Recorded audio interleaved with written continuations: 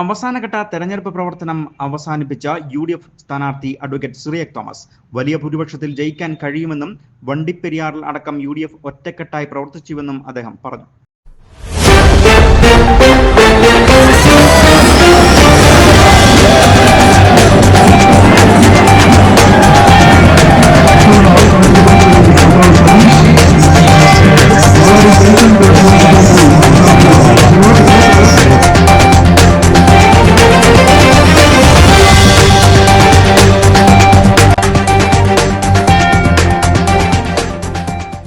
അവസാനഘട്ട തെരഞ്ഞെടുപ്പ് പ്രവർത്തനം അവസാനിച്ചപ്പോൾ യു.ഡി.എഫിന് മികച്ച വിജയം ഉണ്ടാകുമെന്ന ശുഭാപ്തി വിശ്വാസത്തിലാണ് അണികൾ.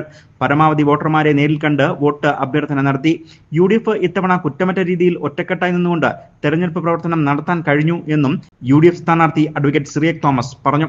വണ്ടിപ്പെരിയാർ ടൗണിലെ വ്യാപാര സ്ഥാപനങ്ങളിൽ വോട്ട് അഭ്യർത്ഥിച്ച ശേഷം സംസാരിക്കുകയായിരുന്നു അദ്ദേഹം. അവസാനഘട്ട തെരഞ്ഞെടുപ്പ് പ്രവർത്തനങ്ങള് ഞങ്ങൾ ഇന്ന് പൂർത്തീകരിക്കുകയാണ്.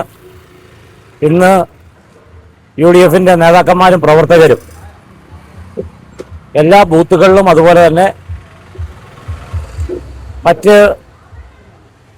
ടൗണുകളിലും ഒക്കെ വീട് കയറുകയും അതുപോലെ തന്നെ കടകളൊക്കെ കയറി വോട്ട് അഭ്യർത്ഥിക്കുകയും പരമാവധി വോട്ടർമാരെ കണ്ട് ഇന്ന് വോട്ട് പിടിക്കുന്നതിന് ഉള്ള പ്രവർത്തനങ്ങളാണ് നടത്തിയത്. ഇന്ന് വളരെ പ്രവർത്തനങ്ങളെ സമാപിപ്പിച്ചപ്പോൾ വളരെ വലിയ ശുഭാപ്തി വിശ്വാസമാണ് ഞങ്ങൾക്കുള്ളത്. വലിയ ഭൂരിപക്ഷത്തിൽ ജയിക്കാൻ കഴിയും എന്നാണ് ഞങ്ങൾ വിലയിരുത്തുന്നത്.